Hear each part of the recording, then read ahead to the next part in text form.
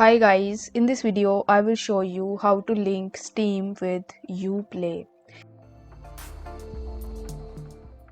In order to do this, you first have to launch Ubisoft Connect software in your device, and after that you need to hover over to the top left hand corner and you will have to click on these three horizontal lines.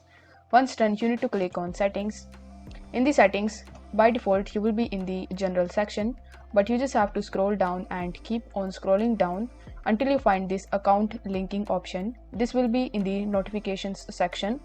So over here you are going to see this checkbox which says that remind me of account linking next time I launch a Steam game.